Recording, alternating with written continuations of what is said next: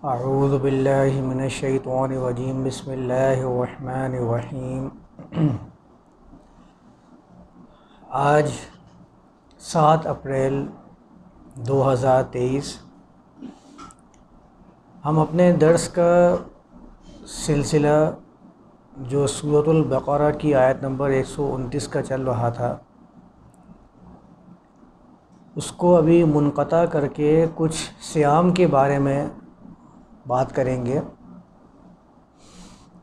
پچھلی کلاس میں نے صیام کے بارے میں مختصر وضاحت کی تھی کہ صیام قرآن کی روشنی میں کیا ہے اور کیسے اس کو ادا کیا جائے۔ پچھلی کلاس میں صیام کے بارے میں نے 2 نقطے سامنے رکھے تھے، جس میں ضمنی باتیں تو بہت ساری آئی تھیں، جیسے کہ چاند کا مسئلہ آ گیا تھا، شیطان کا مسئلہ آ گیا تھا، رمضان کا شیطان ایک الگ چیز ہے، چاند کے اوپر کیا معاملہ چلتے ہیں، کس طریقے سے ہمارے ہاں چاند کے معاملے پہ جھگڑا ہو رہا ہے اور ملکوں کے ساتھ ساتھ آسمانوں پر بھی بارڈر بناتے جا رہے ہیں۔ یہ سب باتیں ہم لوگوں نے صیام کے اندر دیکھ لی تھیں، اور 2 بنیادی باتیں جو تھیں کہ ایک تو کیا صیام اور صوم یہ ایک ہی چیز ہے، اور دوسری بات یہ تھی کہ صیام کیا پورا مہینہ کرنا اس کا قرآن نے حکم دیا ہے یا نہیں، کیونکہ شہر رمضان کے مہینے میں ہمارے ہاں پورے مہینے کا صیام اس کو لازم، واجب اور فرض سمجھا جاتا ہے۔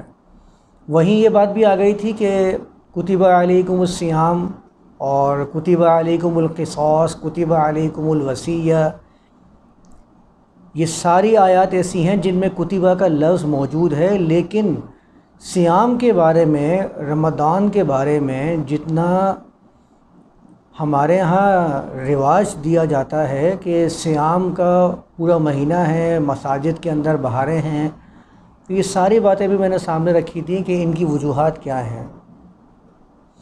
اچھا، یہ بیان جب میں نے دیا ہے تو پھر ظاہر ہے کچھ سوالات بھی سامنے آئے، جبکہ میں یہ بیان کر چکا تھا کہ یہ ہمارا مختصر بیان ہے اور ہم اس کے اندر بہت تفصیل میں نہیں جائیں گے، کیونکہ سلسلہ وار 10 کے مطابق ہم لوگ آیت نمبر 129 پہ ہی چل رہے تھے، اور یہ آیت نمبر 183 تک پہنچ گیا تھا معاملہ۔ یہ 183، 184 اور 185 ہے سورۃ البقرہ کی صیام کے بارے میں۔ تو میں چاہ رہا تھا کہ اس کو سلسلہ وار لے کر ہی چلوں تاکہ میں اس کے مقام پہ جا کر ایک ایک لفظ کی وضاحت کروں، لیکن چونکہ یہ جب بیان گیا ہے اور لوگوں کے سامنے آیا ہے تو لوگوں نے اس کے اوپر کچھ سوالات کیے ہیں کہ مریض اور مسافر ان کے بارے میں قرآن میں آیا ہے کہ فعدۃ من ایام اخر، کہ دوسرے ایام کے اندر وہ اس گنتی کو پورا کر لیں۔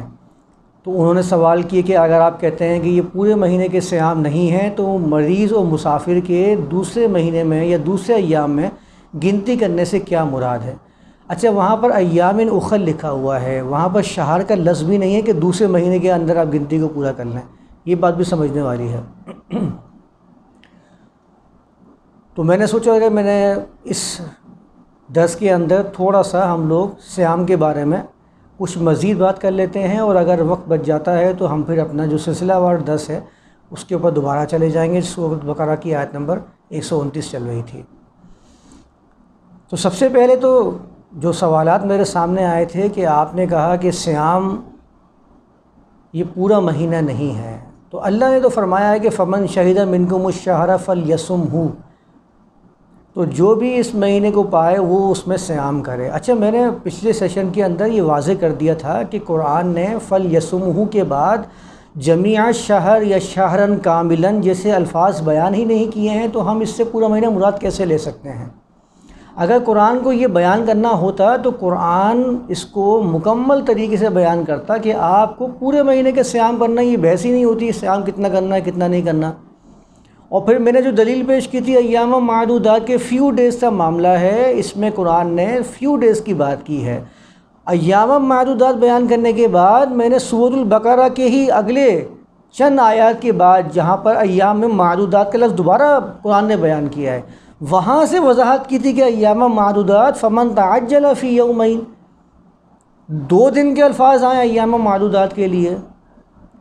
تو جب میں نے اس کو ایام معدودات کو اس آیت سے تشریح کی ہے، تو اب اگر یہ سوال کھڑا کیا جائے کہ آپ نے ایام معدودات کہاں سے مراد لیا ہے یا یہ غلط بات ہے، تو ہمیں سب سے پہلے جب بھی کوئی بات ہمارے سامنے آئے، پہلی چیز یہ ہوتی ہے کہ آپ پہلے اسے اچھی طرح جانچیں. اپنے پاس جو پہلے سے نظریات موجود ہیں، رائج معاملات موجود ہیں، ان کو پہلے سائڈ کر کے اس نئی بات کو سوچا جائے اور تھوڑا سا وقت دیا جائے. کچھ چیزیں ایسی ہوتی ہیں کہ ایک دم ہمارے سامنے آتی ہیں، اور رائج چیزیں جو متوارث چلی آ رہی ہوتی ہیں وہ انسان کے دل کے اندر ایسی گڑ جاتی ہیں کہ اس کے انکار کرنے کے لیے بڑی جرأت چاہیے ہوتی ہے. ایک دم سے آپ انکار نہیں کر سکتے کہ میں تو اتنا سال سے کرتا آ رہا ہوں، اب آپ کھڑے ہو کے کہہ رہے ہیں کہ بھائی یہ بات ایسے نہیں ہے. تو میں آپ کی بات اگر ایکسیپٹ کر لیتا تو پچھلا جو میں نے کیا دھڑا تھا وہ کیا جائے، اس کا کیا ہوگا. تو کچھ چیزیں وقت کے ساتھ ساتھ ہمارے سمجھ میں آنا شروع ہو جاتی ہیں. ہمارے ساتھ بھی ایسے ہی ہوا تھا. ہم بھی پہلے احادیث کے اندر لگے تھے، احادیث کی تحقیق کرتے جا رہے تھے، پھر یہاں پر آئے ہیں، قرآن کی طرف آئے ہیں.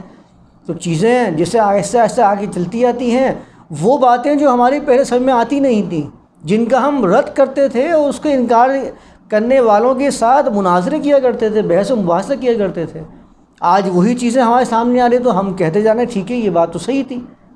تو کچھ چیزیں ایسا ہوتا ہے وقت کے ساتھ ساتھ سامنے آتی رہتی ہیں اور بات سمجھ میں آ جاتی ہے. تو پہلی بات تو یہ ہے کہ اس چیز کو تھوڑا وقت دینا چاہیے اگر ہمارے سامنے یہ چیز آئی ہے.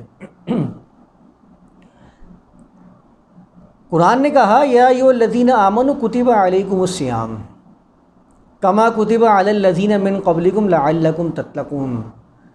قرآن نے مقصد بیان کر دیا ہے. قرآن نے کہا کہ تم پر صیام لکھ دیا گیا ہے جیسے کہ پچھلوں پر لکھ دیا گیا تھا. اور قرآن کا حکمت کیا ہوتی ہے کہ قرآن حکمت کو ساتھ ساتھ بیان کرتا چلا جاتا ہے. یہ میں نے حکمت والے موضوع کے اندر بیان بھی کیا تھا کہ اس کے مقاصد کیا ہیں.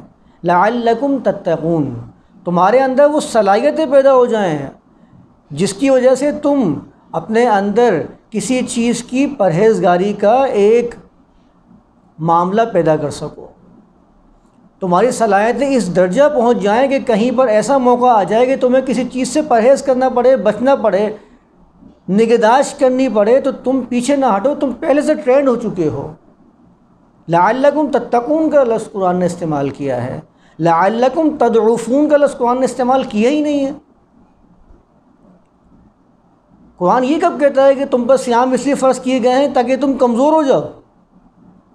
یہ تو قرآن نے ہرگز نہیں کہا. قرآن تو کہتا ہے لعلکم تتقون، تمہارے اندر صلاحیت پیدا کرنی ہے، تمہاری موجودہ صلاحیتوں کو ختم تھوڑی کرنا ہے. آپ ذرا جائزہ لے لیں 30 دن روزہ رکھنے والوں کا حال، ان کی صلاحیتیں بڑھتی ہیں یا ختم ہوتی چلی جاتی ہیں، مانگ پڑتی چلی جاتی ہیں، اور آخر میں جب 20 اور 22 25 کے بعد جب ان کا حال دیکھتے ہیں تو وہ بس دھان پان سے نظر آ رہے ہوتے ہیں. ان کے اندر اتنی صلاحیت نہیں ہوتی ہے کہ وہ کوئی کام کر لیں جو معمول سے ہٹ کر، معمول والا کام بھی کر لیں، معمول سے ہٹ کر تو بہت دور کی بات ہے. تو یہ کون سی ٹریننگ ہے جس کے اندر بندہ توانا ہونے کے بجائے لعلکم تضعفون ہو رہا ہے؟ تو قرآن کی منشا لعلکم تتقون ہے، لعلکم تضعفون ہرگز نہیں ہے. وہ ہرگز یہ نہیں کہتا کہ اس کے اغراض و مقاصد تمہیں کمزور کرنا ہے، نہیں. لعلکم تتقون تمہاری صلاحیتوں کی نشوونما کرنا ہے. ہم تو اپنی صلاحیتوں کی نشوونما کرنے کے بجائے اپنی صلاحیتوں کو مان کر رہے ہوتے ہیں. تو یہ تو خود قرآن کی اس آیت سے پیغام سامنے آ جاتا ہے لعلکم تتقون سے. اور میں نے اس پہ کیا مثالیں پیش کی تھیں کہ آپ کسی فوجی کو، کسی ایسے لوگوں کو جو اس کے محنت کرنے والے لوگ ہیں، آپ ان کو رکھ کے دکھائیں ذرا 30 دن کا صیام، اور کہیں کہ 30 دن آپ متتابعون پے در پہ آپ جو ہے وہ صیام کر رہے ہیں. ابھی میں لا رہا ہوں اس بات کو بھی، آپ پے در پہ صیام کر رہے ہیں، تو آپ کی صلاحیتیں نشوونما پائیں گی یا پھر آپ کی صلاحیتیں مان ہوتی چلی جائیں گی؟ 20 دن کے بعد جو 4 گھنٹے کھڑے ہو کے دروازے کے اوپر ڈیوٹی کر رہا ہوتا ہے، وہ 20 دن کے بعد اس کا 2 گھنٹے کا ٹائم بھی کھڑا ہونے کا مسئلہ ہو جائے گا. تو لعلکم تتقون نہیں ہو رہا ہے، یہ لعلکم تضعفون ہو رہا ہے. میں نے کیا کہا کہ پے در پہ، پورے مہینے کے پے در پہ روزہ رکھے جاتے ہیں نا. پچھلے سیشن میں نے یہ بات بیان کی تھی کہ قرآن نے کہیں بھی جمیع الشہر کا لفظ استعمال نہیں کیا ہے. کہہ سکتا تھا، اس میں کیا مشکل تھی؟ قرآن نے ایک جگہ بیان کیا ہے فَصِيَامُ شَهْرَيْنِ مُتَتَابِعَيْنِ کہ اگر تم نے کوئی ایسا معاملہ کیا سزا کے طور پر تمہارا سزا ہوگی ہے. قرآن تو سزا کہتا ہے پے در پہ روزوں کو، پے در پہ صیام کو. فَصِيَامُ شَهْرَيْنِ مُتَتَابِعَيْنِ کے الفاظ آئے ہیں، 2 ماہ کے صیام پے در پہ کرنے ہیں آپ کو. قرآن نے کہیں پر جہاں پہ صیام کی بات کی ہے وہاں پر یہ کہا ہے کہ فَلْيَصُمْهُ مُتَتَابِعٌ یا مُتَتَابِعًا یا تتابعًا، کہیں بھی یہ الفاظ استعمال نہیں کیے ہیں. تتابعًا کے معنی ہوتے ہیں پے در پہ، وقفے کے بغیر آپ ایک عمل کو کرتے چلے جائیں. قرآن تو اس کو سزا کہتا ہے اور آپ کہتے ہیں کہ یہ اللہ نے فرض کیا ہے، حکم فرض کیا ہے. قرآن میں 2-3 مرتبہ یہ متتابعین کے الفاظ آئے ہیں. ایک جگہ تو یہ 28 پارے کی آیت پڑھ رہا ہوں میں، فَصِيَامُ شَهْرَيْنِ مُتَتَابِعَيْنِ.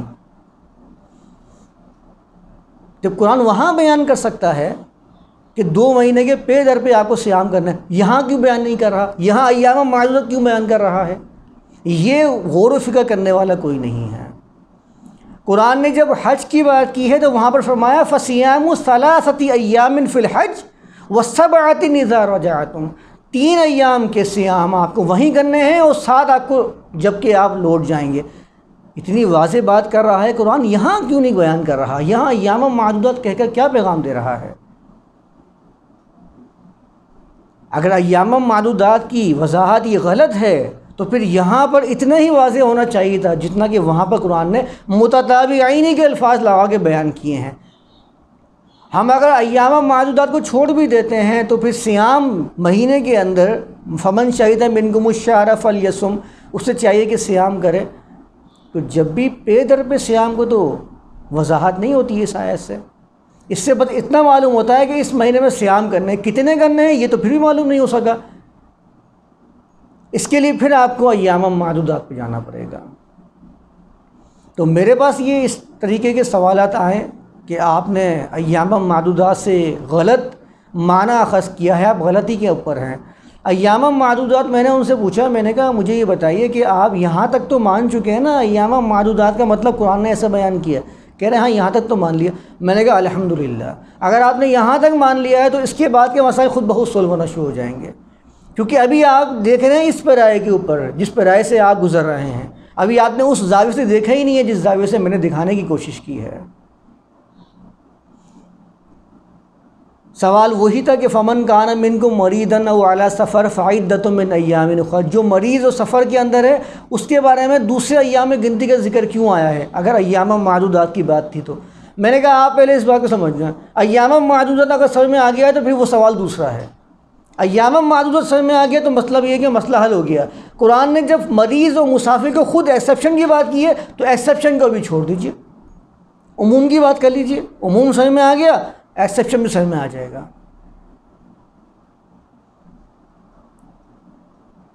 تو بالکل واضح قرآن کی آیت ہے. میں نے جب 183 184 کو بیان کیا تھا وہاں بالکل واضح تھا. قرآن کا ایک خاصہ ہے، قرآن میں ابدی ضابطہ حیات بننے کی صلاحیت کیوں ہے؟ یعنی یہ ایک ایسا ضابطہ حیات ہے جو ہر زمانے کے ساتھ آپ کو رہنمائی فراہم کر رہا ہوتا ہے. یہ اس کے اندر صلاحیت کیوں ہے؟ جبکہ دوسرے مذاہب کے اندر، دوسری کتابوں کے اندر ہم دیکھتے ہیں کہ وہ زمانے کے ساتھ نہیں چل پا رہی ہیں. کیونکہ قرآن کا خاصہ یہ ہے کہ قرآن اصول بیان کرتا ہے، بعض جگہ فروعات کو بیان کرتا ہے، کچھ اصول دے دیتا ہے جو زمانے کے حساب سے لوگ اس کے حساب سے ایڈجسٹ کرتے جاتے ہیں. اسی لیے اس کے اندر ابدی ضابطہ حیات بننے کی صلاحیت پوری موجود ہے. دوسرے مذاہب میں، دوسری کتابوں کے اندر معاملہ یہ ہوتا ہے کہ ایک ایک چیز کو متعین کر دیا جاتا ہے. آپ نے اگر ایک ایک چیز کو متعین کر دیا وہ غیر متبدل ہو گیا، پھر آنے والے زمانوں کے اندر آپ کیسے ایڈجسٹ کریں گے؟ تو یہ جو ہم دیکھتے ہیں نا یہود و نصارہ، ہندوازم اور دوسرے مذاہب کے اندر یہ جو کتابوں کو چھوڑ کے اپنی زندگی کو دوسرے قوانین کے مطابق گزارنے کی کوشش کرتے ہیں، وجوہات یہی ہیں کیونکہ ان کے پاس جو قوانین ہیں اس میں ایک ایک چیز بیان کر دی ہے. جیسے ہمارے روایت میں ایک ایک چیز بیان کر دی ہے، اب وہ غیر متبدل ہو گئی. زمانہ تو آپ کا چاہتا ہے کہ چینجنگ لائے، جیسے کہ ہمارے یہاں تصاویر کے مسئلے ہیں. اب روایت میں لکھا ہوا ہے کہ جس نے تصویر بنا لی ہے، امیج بنا لی ہے، تمثیل بنا لی ہے، وہ قیامت کے دن جا کے اس میں روح ڈالے گا. تو تمثیل بنانا، امیج بنانا یہ تو حرام ہے. زمانہ آگے بڑھنا شروع ہوا. پہلے زمانے کے اندر فتاوی ہندیہ میں باقاعدہ یہ فتویٰ درج ہے کہ جس نے مائک پہ اذان دے دی ہے، نماز پڑھا لی ہے، اس کی نماز باطل ہے، کیونکہ مائک کے ذریعے جو آواز جا رہی ہے وہ ریئل آواز نہیں ہے بلکہ بدل ہے اس کا. مذہب کے اندر تو ہر جدت جو ہے وہ حرام ہوتی ہے، ہر جدت، اور ہر قدیم چیز جو ہوتی ہے وہ مقدس ہوتی ہے. تمام مذاہب کو جائزہ لینا ہے. ہر وہ چیز جو جدید آئے گی مذہب پہلے اس کو حرام قرار دے گا، اور ہر وہ چیز جو قدیم ہوگی اس کو مقدس بنا دے گا. یہ سب مذاہب میں یہ معاملہ ہے. جتنے شخصیات ہیں سب مقدس ہیں، جتنے واقعات ہیں سب مقدس ہیں، چاہے اس زمانے میں وہ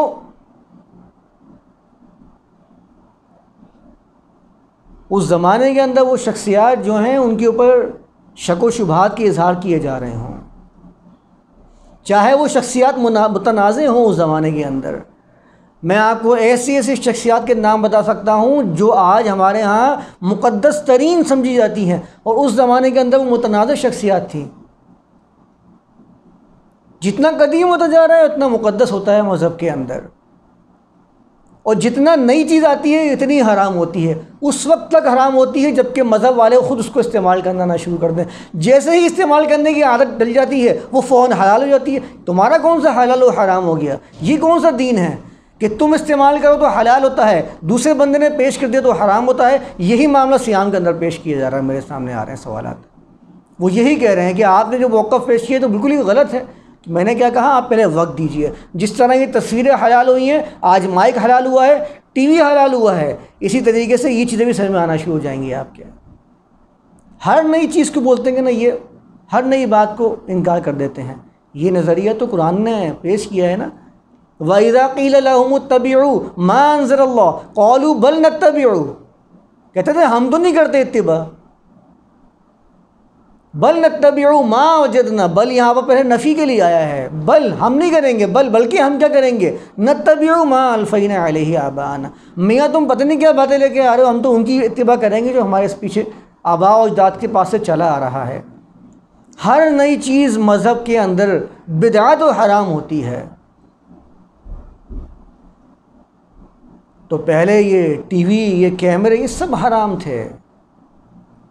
ٹی وی توڑنے کے حکم دیے جاتے تھے باقاعدہ فتاویٰ کے اندر. یہ آج بھی درج ہے ان کتابوں کے اندر. بعد میں جب مذہب کے ٹھیکیداروں نے اس کو استعمال کرنا شروع کر دیا تو پھر اس کے حلال کے فتوے بانٹنا شروع کر دیا کہ دیکھو اس سے تو بڑے فائدے حاصل ہو رہے ہیں، تم کہاں بھٹک رہے تھے، یہ تو غلط تھا. اور جو یہ باتیں کہہ گئے ہیں اکابر، انہیں بھی غلط نہیں کہتے ہیں، کہتے ہیں ان کی اجتہادی غلطی تھی. تم کرو تو اجتہادی غلطی ہوتی ہے، دوسرا بندہ کرے تو بولتے ہیں یہ تو کافر تھا، وہ گمراہ تھا، وہ فاسق تھا.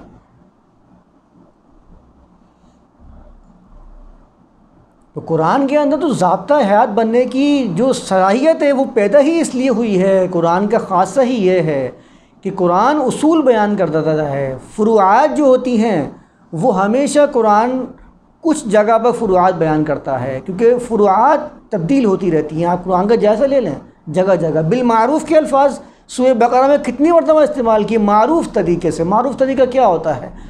آپ کے گزرنے والے زمانے کے ساتھ جو چیزیں معروف ہوتی جائیں گی، رائج ہوتی جائیں گی، لوگوں میں جانی پہچانی جائیں گی، ان کو معروف کہا جاتا ہے. اس طریقے سے اپنے نکاح کے معاملات کو سولو کیا کرو.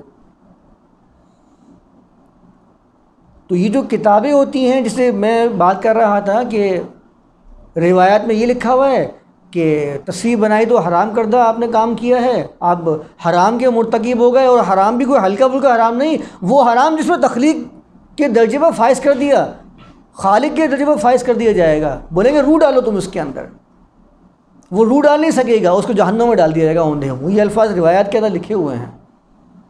مرور زمانہ کے ساتھ اتنا رائج ہو گیا کہ ہر بندہ ہی آج بچ ہی نہیں سکتا اس چیز سے. پہلے فتویٰ دیتا پاسپورٹ کے لیے جائز ہے، شناختی کارڈ کے لیے جائز ہے. آج جو فتویٰ دینے والے تھے جو صرف پاسپورٹ کے لیے اور شناختی کارڈ کے لیے جائز دینے والے، آج ان کی پوری پوری ویڈیو بیانات ہیں. ذرا سرچ تو کریں یوٹیوب پہ جا کے. آج ان کے بیانات زیادہ مشہور ہیں ان کے اس فتاووں سے. آج وہ اپنے فتاویٰ کو چھپا رہے ہیں، کہنا بھائی وہ جو کتابیں تم کو تلف کرو، ختم کرو. کون جواب دے گا ان باتوں کا؟ تو ہر نئی چیز ان کے نزدیک جو ہے نا وہ بدعت حرام ہوتی ہے، جب یہ استعمال کرتے ہیں تو یہ حلال ہو جاتی ہے، کیونکہ ٹھیکیدار ہیں حلال و حرام کے، مذہب پرست. تو قرآن کے اندر تو خاصہ یہ تھا. اب قرآن نے جہاں پر سزا کے طور پر فصیام شہرین متتابعین بیان کیا، جہاں سزا کے طور پر بتا رہا ہوں، وہاں سزا کے طور پہ آیا ہے کہ اپنی ماں کے برابر اگر تم نے اپنے جوڑے کو، اپنی وائف کو، اپنی بیوی کو ٹھہرا لیا ہے تو اب تمہاری سزا ہے کہ تم فصیام شہرین متتابعین 2 مہینے کے لگاتار پے در پہ سیام کرو گے. وہ سزا تھی اور آج ہم لوگ 30 دن کے سیام. اب بتائیے سزا نہیں تو کیا ہے؟ قرآن تو سزا کہہ رہا ہے متتابعین کو. میں نے کیا کہا؟ لعلکم تتقون ہے بھائی، اس کا مطلب لعلکم تضعفون نہیں ہے. شاید کہ تم اپنی صلاحیتوں کی نشو و نما کرنے والے بن جاؤ، اس مقصد کے لیے سیام تھا. تمہیں کمزور کرنا کا چاہتا ہے اللہ. اور خود پیش کرتے ہیں کہ اللہ کو نا وہ بندہ پسند ہے جو طاقتور ہوتا ہے. صحیح مسلم کی روایت ہے، بندہ وہ پسند ہے وہ طاقتور ہے، کمزور بندے اللہ کو پسند بھی نہیں ہوتے ہیں. بالکل خدا کو ایسا سمجھا ہوا ہے ایسے کہ بادشاہ ہوتا ہے نا، تگڑی فوج چاہیے، کمزور فوج جو ہے نا یہ مقابلہ نہیں کر سکے گی.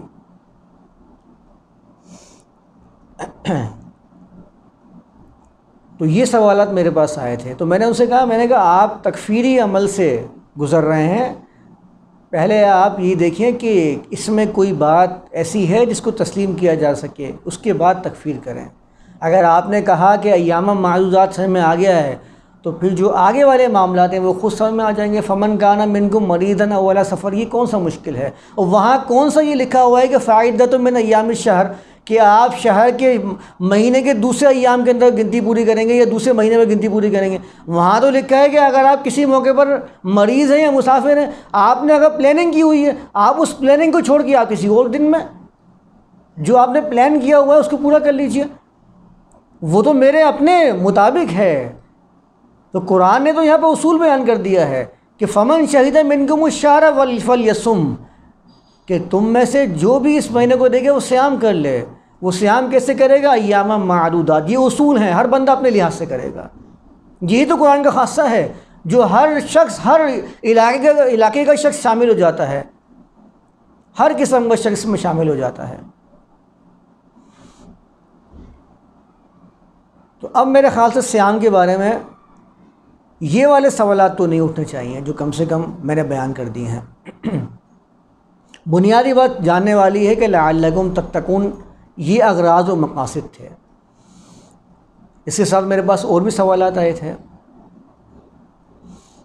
کہ آپ تراویح کے بارے میں بتا دیجئے کہ تراویح کا کیا معاملہ ہے. تراویح کا معاملہ میں بیان کر چکا ہوں. تراویح کا میں نے بتا دیا تھا کہ یہ ترویہ وغیرہ کے الفاظ سے جمع آئی ہے تراویح. یہ پورے روایت حدیث میں کوئی ایک حدیث نہیں ہے جس میں تراویح کا ورڈ موجود ہو. قیام اللیل کا ورڈ روایت میں ملتا ہے، آپ قیام اللیل نہیں کرتے. قیام اللیل تو آپ کا 11-12 بجے تراویح ختم کرنے کے بعد شروع ہوتا ہے. یہ کون سا قیام اللیل ہے؟ پہلے آپ نے تراویح کے نام سے جو 12 رکعت، 11 رکعت، 20 رکعت، کوئی 23 رکعت، کوئی 50 رکعت، بڑے جھگڑے ہیں اس کے اوپر. وہ کہہ رہے ہیں آج تو ہم نے مناظرے میں جیت کے آئے ہیں، 11 ثابت کر کے آئے ہیں اللہ کے رسول سے. وہ کہہ رہا ہے بھائی تو 11 کے ثابت کرے گا، میں عمر بن خطاب سے 20 ثابت کرتا ہوں. کہاں ہو تو؟ باقاعدہ جھگڑے ہیں، بڑی بڑی کتابیں لکھی ہوئی ہیں اس کے اوپر. بھائی تراویح کی کتنی رکعت ہونی چاہیے؟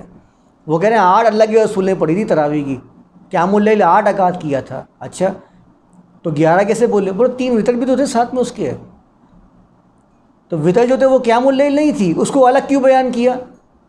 8 رکعت کے اندر پورے قرآن کو پڑھنے کو فرض سمجھتے ہیں، واجب سمجھتے ہیں، کیونکہ تراویح کا مطلب صرف ہمارے یہاں یہ رہ گیا ہے کہ آپ قرآن کو ختم کر لیجئے. یہی ہے اس کا مطلب. ہمارے یہاں 15 رمضان تک جو اپنے قرآن کو ختم کر لیتا ہے وہ کہتا ہے میں نے تراویح مکمل کر لی ہے. اس کا مطلب ہرگز قیام اللیل نہیں ہوتا، قرآن کو ختم کرنا ہوتا. یہ بات جانچ لینا چاہیے، اپنے دل کا جائزہ لے لینا چاہیے. ہم اپنے دل کا جائزہ نہیں لیتے ہیں۔ قرآن فرماتا ہے بل الانسان علی نفسہ بصیرہ، انسان کو اپنے نفس کا خود جائزہ لینا چاہیے۔ وہ جائزہ لے سکتا ہے کہ میرے اندر کیا کیفیت چل رہی ہے۔ جو 30 روزے رکھنے والے ہیں وہ جانچ لیں اپنے اندر، اپنا جائزہ لے لیں، کیا واقعی وہ اس کو ایک مسلط کردہ حکم نہیں سمجھتے؟ کیا واقعی وہ خوش ہیں کہ 30 روزے رکھ رہے ہیں اور اپنے اندر خوشی محسوس کر رہے ہیں؟ کیا واقعی وہ گھبراہٹ کے شکار نہیں ہیں؟ وہ یہ نہیں سوچ رہے ہیں جلدی جلدی نکل جائیں روزے تاکہ میں دوبارہ اپنی روٹین کے اوپر آؤں؟ بل الانسان علی نفسہ بصیرہ، ہر انسان اپنے نفس کے اوپر بہت اچھی طرح جائزہ لینے والا ہے۔ وہ جانتا ہے کہ اس کے اندر کیا کشمکش چل رہی ہے۔ وہ تقدس کی وجہ سے، لوگوں کی گھبراہٹ کی وجہ سے، لوگوں کے فتاووں کی وجہ سے یہ بیان نہیں کر پا رہا ہے کہ ہاں میں کس کیفیت سے دوچار ہو رہا ہوں پے در پہ صیام کرنے کے بعد، لیکن اندر سے اس کو یہ چیز مارے جا رہی ہے، اس کو یہ پوائنٹ آؤٹ کرے جا رہی ہے کہ تو تکلیف کے اندر ہے، کہ 30 دن تو تکلیف کے اندر گزار رہا ہے اور تو چاہتا ہے کہ جلدی جلدی یہ چیزیں ختم ہوں تاکہ میں روٹین لائف کو انجوائے کرنا شروع کروں۔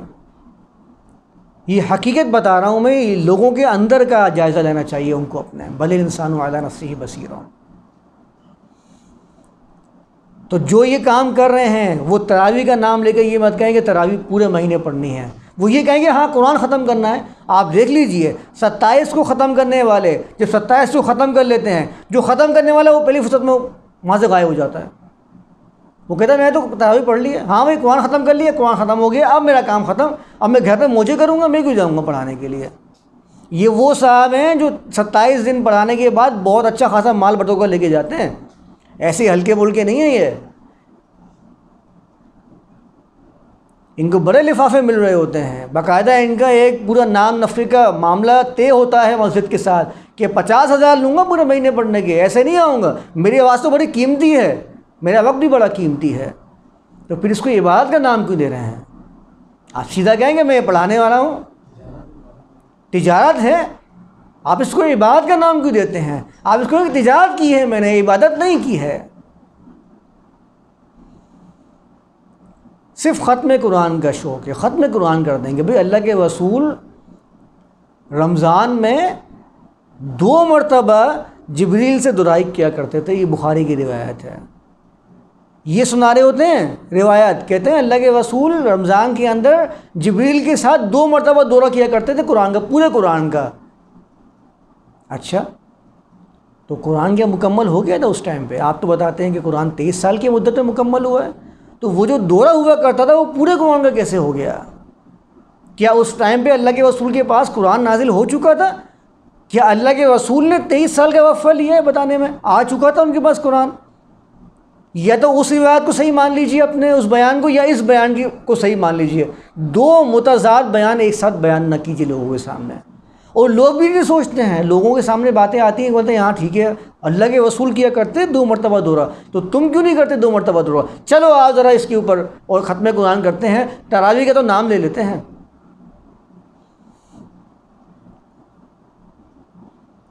عشاء کی نماز کے بعد شروع کرتے ہیں تراویح، کہیں پہ 11 بجے اور کہیں پہ ایک تو تنظیم ہے وہ تو 1-1:30 بجے تک تراویح مکمل کر رہے ہیں، اور 1-1:30 بجے تراویح مکمل کرنے کے بعد کہتے ہیں چلے بھائی قیام اللیل کا ٹائم ہو گیا ہے، قیام اللیل کر لیجئے۔ تو ابھی کیا کیا تھا آپ نے؟ وہ قیام اللیل نہیں تھا، لیل کب سے شروع ہوتی ہے؟ روزہ تو آپ کھلواتے ہیں مغرب کے ٹائم پہ، قرآن تو کہتا ہے کہ ثم اتموا الصیام الی اللیل، قرآن کہتا ہے کہ صیام کو رات تک، لیل تک مکمل کریں۔ آپ کھلواتے ہیں روزہ مغرب کے ٹائم پہ، اور لیل قیام اللیل کی بات کرتے ہیں رات کو 2 بجے۔ تو وہ لیل جو آپ نے وہاں شروع کروائی تھی روزے کے ٹائم پہ، وہ کون سی لیل تھی پھر؟ اور یہ کون سی قیام اللیل جو آپ کروا رہے ہیں؟ 11 بجے باہر نکل رہے ہیں، بولے اب قیام اللیل بھی کرنا ہے۔ اور یہ میں ان کی بتا رہا ہوں خاص طور پر کہ جو بولتے ہیں کہ یہ تراویح جو ہے 8 رکعت 11 رکعت اللہ کے رسول نے قیام اللیل کیا تھا، یہ ان کی بتا رہا ہوں خاص طور پر، یہ ان کا حال بتا رہا ہوں۔ جو 11 رکعت ثابت کر کے بولتے ہیں اب قیام اللیل بھی کرنا ہے، تو 11 رکعت تو آپ نے ثابت کی اللہ کے رسول سے قیام اللیل تھی۔ وہ میرے خیال سے آج کی جو روشنیوں کا زمانہ چل رہا ہے نا، لائٹیں چل رہی ہیں اور رات نہیں رہی، اب ان کو قیام اللیل پوری رات ہی ان کو دن نظر آ رہا ہے، لگ رہا ہے۔ یہ جس زمانے کی بات کی جا رہی ہے اس ٹائم تو مغرب میں رات ہو جاتی تھی،